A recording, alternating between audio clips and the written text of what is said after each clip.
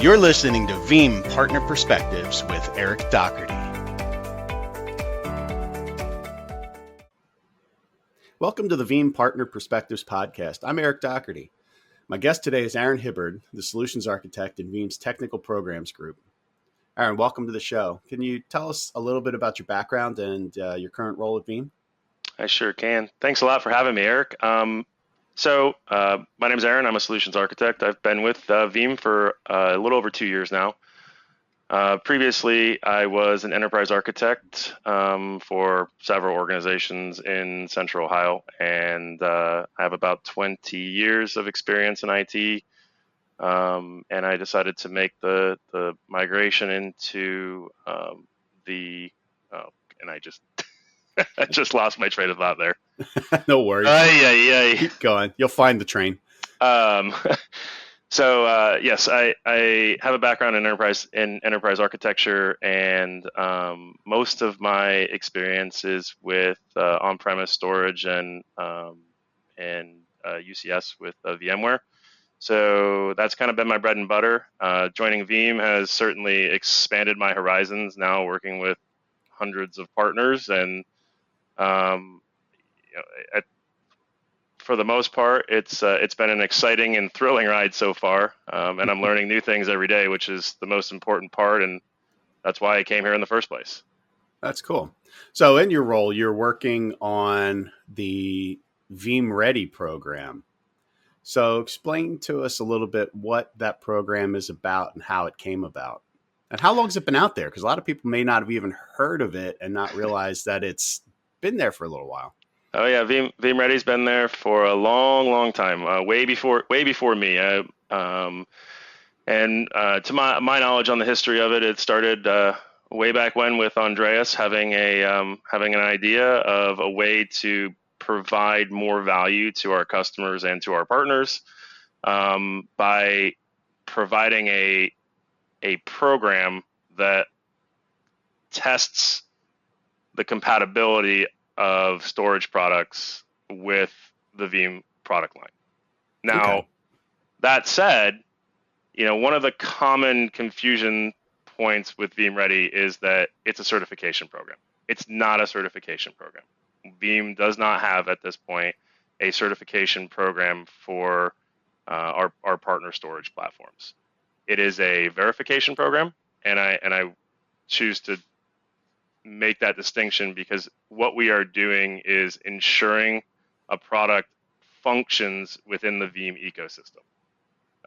It doesn't mean that every partner has to participate in the program. As a matter of fact, there are dozens, if not hundreds, of storage systems out there that may not participate currently in the Veeam Ready program, but they are fully compatible and they will function fine with Veeam. It also does not impact the ability of a customer to call into Veeam and for us to provide support. So those are some key distinctions when we're talking about Veeam Ready versus say a hardware compatibility list, where if you're not on that list, you can't call. Right. Yeah. Like a hardware compatibility list. It's either on it or it's not. So this is a list that's more, we've looked at it, we know it will work. So if somebody's either got it in their pile of gear or they're out shopping, it's just another reassurance that, this is a solution that's going to work. It's not like there's an official preference from Veeam on using one of these versus another. But if you're designing a solution, it gives you a starting point. Exactly. That's also something else that's important to point out, is that we don't test or we don't have our partners test every platform. What we encourage our partners to do is to test the smallest platform in their in the respective categories that will pass the tests. Okay. And any platform that exceeds the base that's been vetted is automatically grandfathered into the program. So that's important to know, because it does save a lot of time on our partners, from the partner perspective, that if you have a bunch of different families of products, each family, all you have to do is test whatever the smallest one that you can get to pass is, and then everything above that is already considered Veeam Ready. Oh, okay. So that's much less pain on the vendor, and also gives you. So it also gives the designer, I'll say the architect, be it with a partner or if an individual customer is looking at things, gives you the ability to just have that extra confidence. I think it's interesting too, because I guess that's the biggest thing, because you already have said it's a voluntary program. It's not a requirement. And yet, if you look at the lists online, a lot of vendors have volunteered to do it. I've scrolled through it multiple times, and all the popular ones seem to be there. So it's something that people are taking seriously, even though it is voluntary. Yeah, and you brought up a great point. One of the other advantageous pieces to it is the fact that we do maintain a database on the Veeam website where customers can go out and they can look and quickly sort through that database to find platforms that have been tested and that we know are compatible. So it takes some of the guesswork off of the customer's plate. And there are countless times in my relatively short tenure with the organization that we receive requests from partners to enter into the program because a customer has said, well, I don't see your data in the database. We want to purchase a platform that we know is Veeam Ready. So there are cases, and several cases that does come up. And then, those sometimes tend to be a scramble, but we do our part to work as quickly as we can with the partners to get them through the program and make sure that any hurdles they run across are addressed quickly. Interesting. Yeah, so I noticed. So when I noticed that it really changed, like it was always seemed like Veeam Ready was around the repository back when it was just, and it was mainly does this hardware work. It was probably even for interesting things like NAS devices or dedupe appliances were probably things just a JBOD. Nobody cares that they know that's going to work. But just, hey, has this been tested? Any vetting that's going on? So it started with that, and where I really saw it become interesting and more vendors use it was when object storage became the thing. Now, the thing I've learned looking at this is there are a lot of object storage companies out there. There are a lot of object storage companies, and it's made it's good in that if some people are always coming with an obscure one. It seems I'm sure partners out there have had it so that they're like, customers come and say, hey, have you ever heard of so and so? Well, one way to know if we've heard of so-and-so at least is to use this list, use the database that's out there. There's a strong chance that it's out there. Because back in the day, they were object storage, but they weren't compatible. You don't see that as much today because S3 compatibles kind of become the thing, and the versioning of it used to be a thing, which version of S3 protocol you were using, but it seems like that's less of a thing over the last few years. Yeah, we do still have, or we do still see several partners that come across at least my desk that have not implemented all of the features or all the feature sets that are required to be fully compatible. We do have available for our partners. We have what's called the S3 operations guide, and in that guide it lists out in detail every possible call that we could have based on the operations that VBR runs, okay. Whether that's backing up from object as a source or backing up to object as a target. But you brought up a great point about thinking of it in terms of Veeam Ready repository. Everybody, I think, is pretty comfortable with Veeam Ready repository and what it is. That's kind of the bread and butter of the program. That is the origins of it. And that's around that focuses on primary storage targets. So we've taken that concept and expanded it. That grew into Veeam Ready Object, which covers obviously object storage and S3 targets. We've also added Veeam Ready Tape, which does verification for. I thought Tape was dead. No, Tape is very much alive, and they continue to come out with newer versions of tapes. Every day. Yes. Matter of fact, we actually have some in the Veeam Ready pipeline right now are going what are we through the running now? verification. What's the LTO I think 9? LTO 9, yeah. Yeah. Yep. So, and then there's always new library firmwares coming out, and new robotics coming out in these libraries. So yeah, it's alive and well, especially in large enterprise. So that's probably a very valuable list too for the tape, for the reasons you said. Most people are like, it's tape, it's LTO, or I guess there's a couple protocols, but LTO is the most popular out there. But it's LTO. It either works or it doesn't. But when you started talking about the robotics and all the mechanisms inside of there, can it load and eject tapes? Can it call the cleaning cartridge, catalog things properly?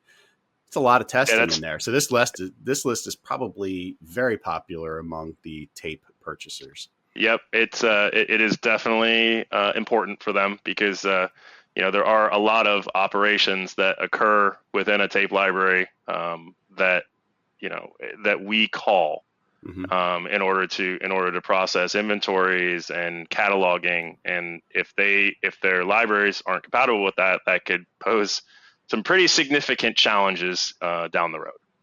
Yeah, that's interesting. So that's a good value for partners to think of too when they're doing designs, because again, customers come with their preferences, but just because they like it doesn't mean they can use it. Oh, yep, that is a true statement. I think probably one of the coolest parts about Veeam Ready so far is so like I said, I joined Veeam about 2 years ago. When I started, we had 4 programs. We had Veeam Ready Repository, Veeam Ready Object, Veeam Ready Object with Immutability, and we had Veeam Ready Tape. We made a fairly significant leap forward with version 12 back in early 2023. We completely automated the program, so our partners now can they download a package from the Pro Partner Portal, and that package has all of the scripts that execute the Veeam Ready validate or the Veeam Ready verification for them. So that we took what used to be kind of a pain for our partners, that was a 90-page document they had to flip through and they had to constantly take screenshots, and we took that and we consolidated it down into a rather large PowerShell script that runs, and then it's menu driven. They select what options they need to do, what program they're submitting for, and then they populate it with the information regarding their system, and then it goes off and it runs, and they come back 5, 6, 7 hours later, and it spits out the results already zipped up, and they upload them to our website. The great part about that is it's allowed the program to explode, so to speak. In the past year, we've now we're in the process of adding all the Veeam Ready security components. We have a whole new category for Veeam Ready security. Yeah. And inside of security, we're going to start testing SIEM components. So really, we're talking about sending information out to security partners about potentially infected or potentially compromised backups, and that way we send the information out to them, and then they can display it to the user. So the user's not always looking in VBR for all their information. We're giving the information to the user in a way that they want to consume it. Not only that, the user that's looking at it is probably different, because the SIEM tools are probably looked at more by a security team than a backup operations team. So now it's getting in front of the eyes that can do incident response. That's great. Yeah, and we're adding that. We've also added. I'm pretty sure most people by now are familiar with Incident API. The Incident API is a way for security partners, which is a whole new realm of partners that we're adding into our ecosystem.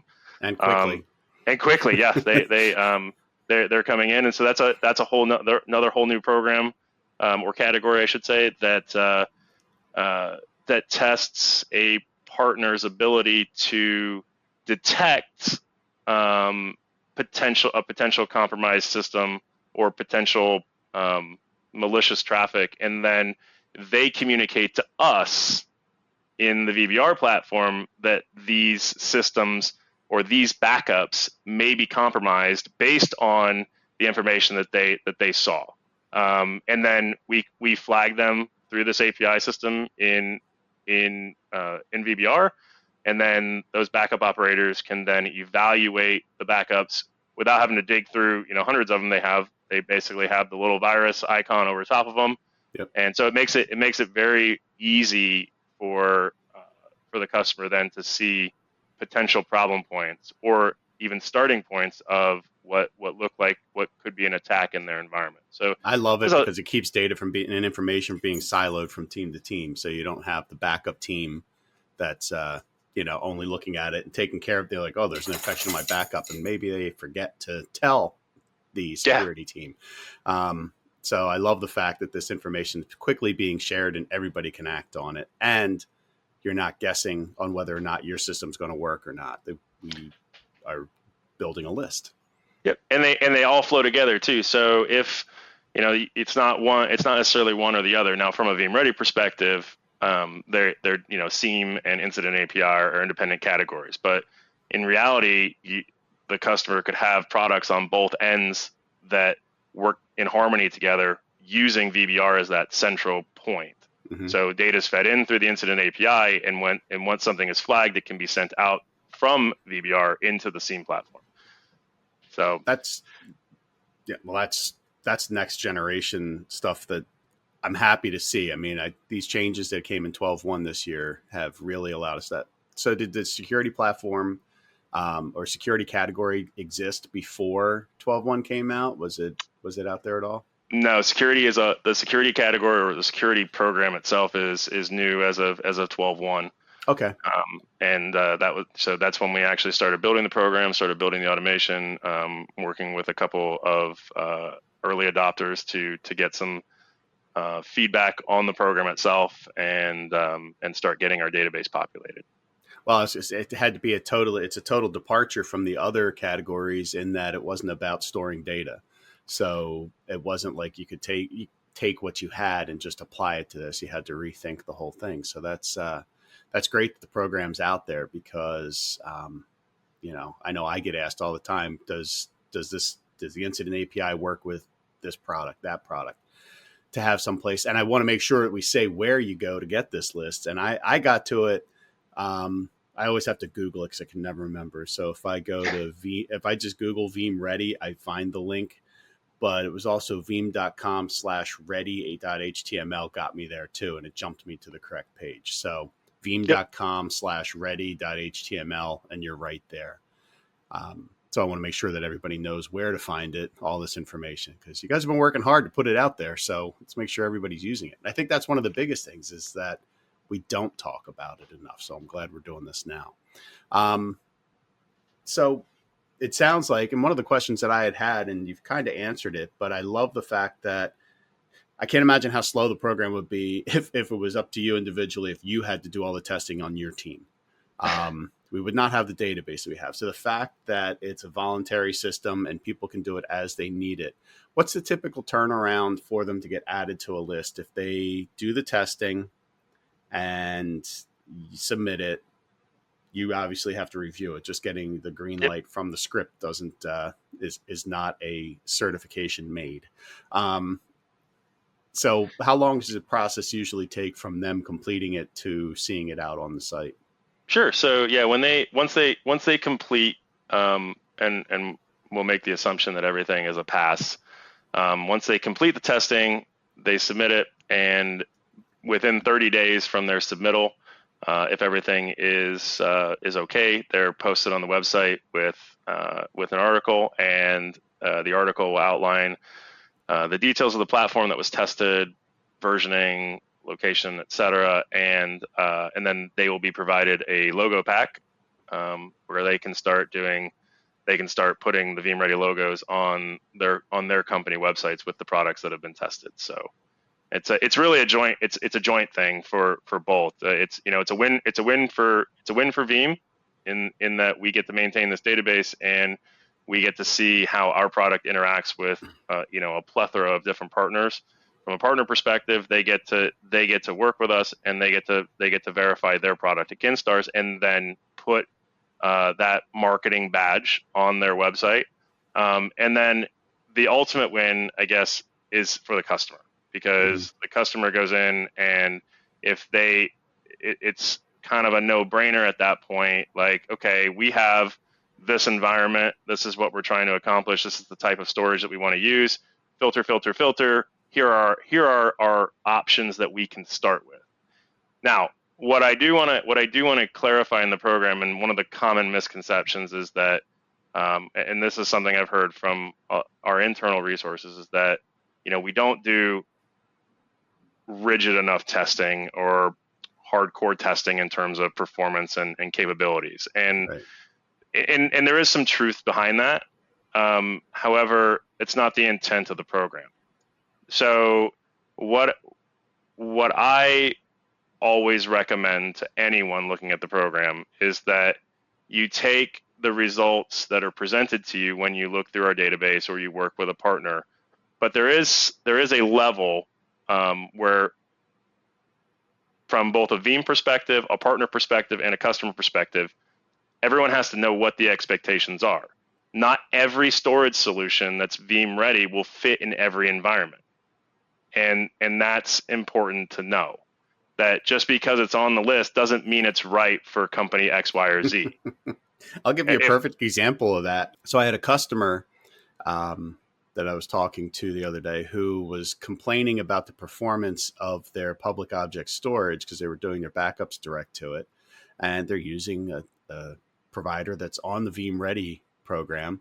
But again, like you said, and it passes all the tests, but you got to use it the right way. And going direct to public object storage is going to be slow.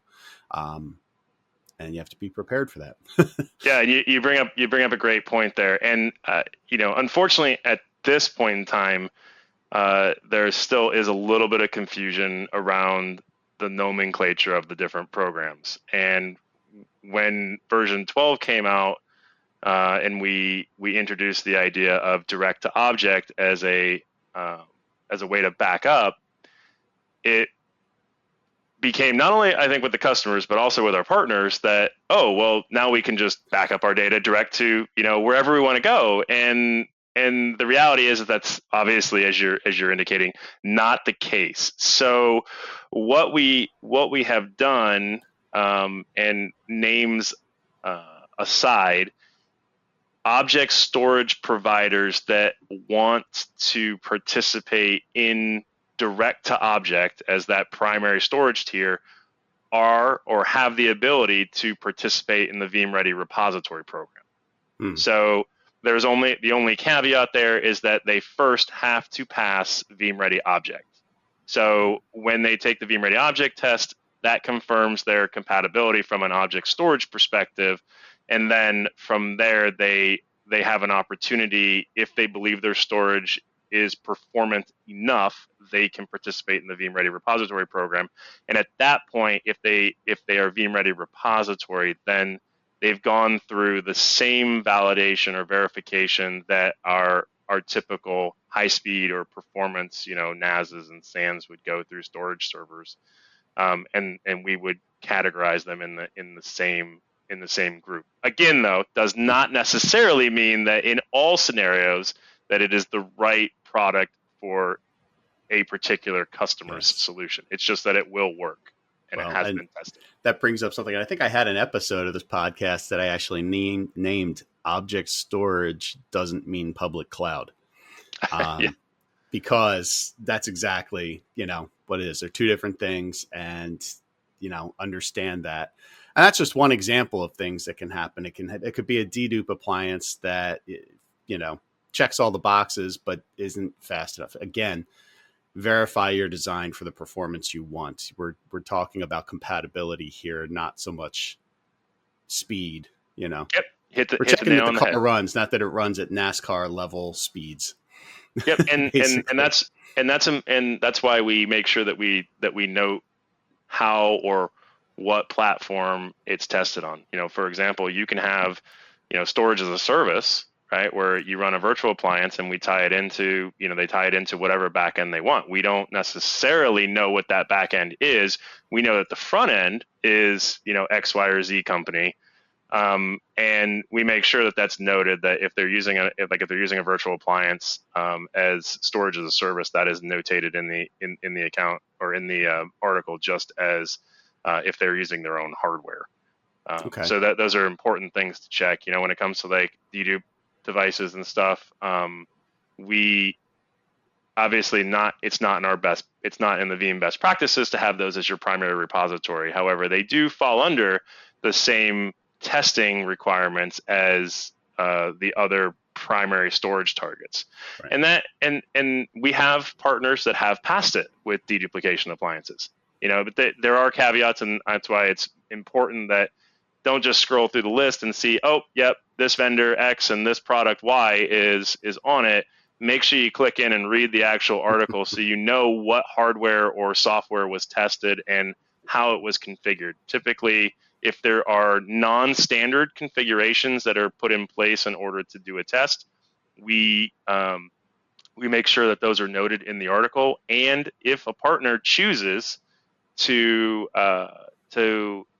have their own best practices on how they would implement it in a customer environment, we give them the opportunity to give us that information or a link to their site, and then we will link to it or note it. That's important, especially among object vendors, because in order to keep the package size or the target the source storage as small as we can, but still validate the core components that we need to for object, we end up reducing the object size in our backups to 256K. I can't tell you an object storage vendor out there that's going to recommend that you use 256K blocks as your object size. Right. Most of them are 1 meg or 4 meg, some are even 8 meg. Yep. So a lot of them will put that recommendation in to say, well, we know we passed with 256K, but our recommendation, if you're going to use it, you will see better performance if you use 1 meg or 4 meg or what have you. So that's a perfect example of those kind of notations. Yeah, and I want to make sure we really hit this point as you talked about the articles that are out there. So this isn't just a list of check boxes. There's actual information out there on what the process was, how it passed, what works, that design piece. And as we're talking to our partners who are doing customer design, that's critical. Because again, somebody comes with their ideas. I want to use this. And it's like, well, here's the document. It's not going to work the way you expect. Or yes, this is a good solution. We can work with you on this. And you're not going to have, we can be much more confident that you're not going to have problems. I don't want to say you're not going to have problems. Never want to say that, because never say never. But more confident that you're not going to have issues with this design because we're going to follow what's in this document.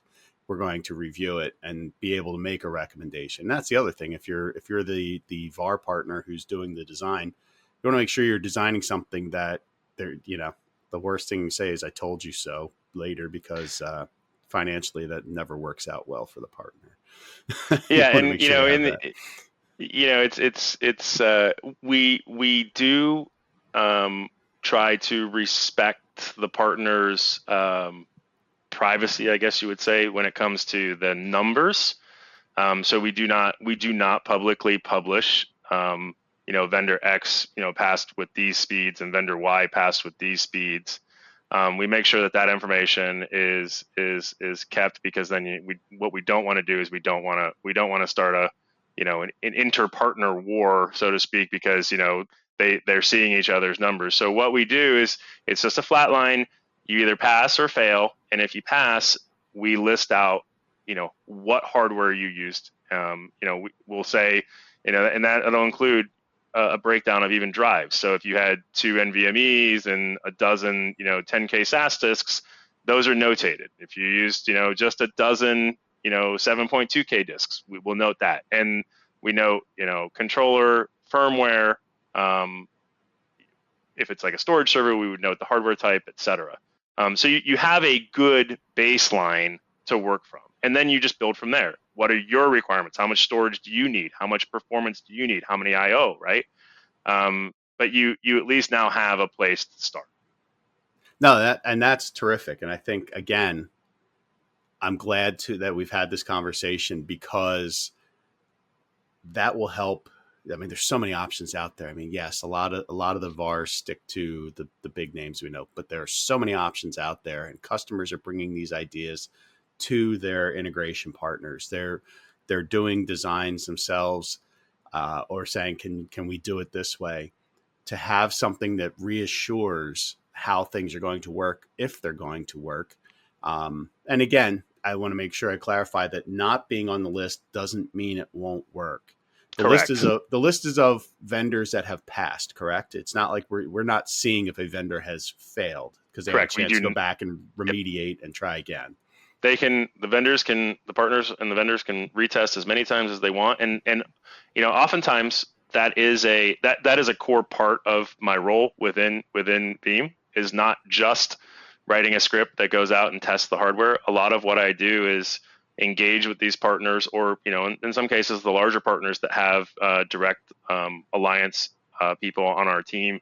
I work through them or with them to help these partners optimize their storage, or change configurations, or change their testing environments to help them pass. We want you to pass is an important note to put in there. This test is not written to try and eliminate people. It's written to be of a benefit to them, to push the partners to build a better product, and for our customers to know that they're getting a solid product. That's terrific. And I love the encouragement of that. And another note I want to make is if you're looking for a vendor or a solution and it's not on the list, we encourage you to go talk to that vendor and ask them, are you looking at the Veeam Ready program? Because it's going to help them to be used more in these solutions. So it's like I said, don't assume absence doesn't mean compatibility, and absence means that they've failed. It means they're not on the list. If you don't see them on the list, ask the vendor what their status is, if they've even tried it, if they're in the process of it, or if they're interested in doing it, because it would only benefit them, I would think. And it doesn't sound like it's that painful of a process based on what you've described today. A perfect example is for Veeam Ready repository. If you were a partner coming in brand new, and you've been approved for your tab status, and you want to go into Veeam Ready, it's download the file, run the installer, run the script, and as long as you followed the instructions in the guide to set up your test lab, the test is done in 5 to 6 hours, depending on performance. And of that 5 to 6 hours, you have to be present for maybe the first 10 to 15 minutes to populate or to provide information to the script so it knows how to communicate with your lab. Okay. But beyond that, you just come back a few hours later and you have a zip file that you just upload to our site. We've tried to make it as simple as possible. Hey, people love simple, right? Aaron, I really appreciate you doing this today. This has been educational for me, who actually has used the Veeam Ready program site frequently to look things up and to try different things. But I thank you for putting this information out there for our partners to use and to know that they can use, because it's very common that we get asked, hey, have you ever heard of such and such? Partners, go out there, use the Veeam Ready site at veeam.com/ready.html. Use that site. When you hear something you've never heard of, check it out, see if it's out there. At least you'll know if we've heard of it too. So I appreciate you taking the time today to educate us on this. Of course. Thanks for taking the time to have me on the show. It's been a pleasure. And that's been our goal, is to get the word out there. I'll keep helping. Thanks again. Thanks. This has been Veeam Partner Perspectives with Eric Doherty. Thank you for listening.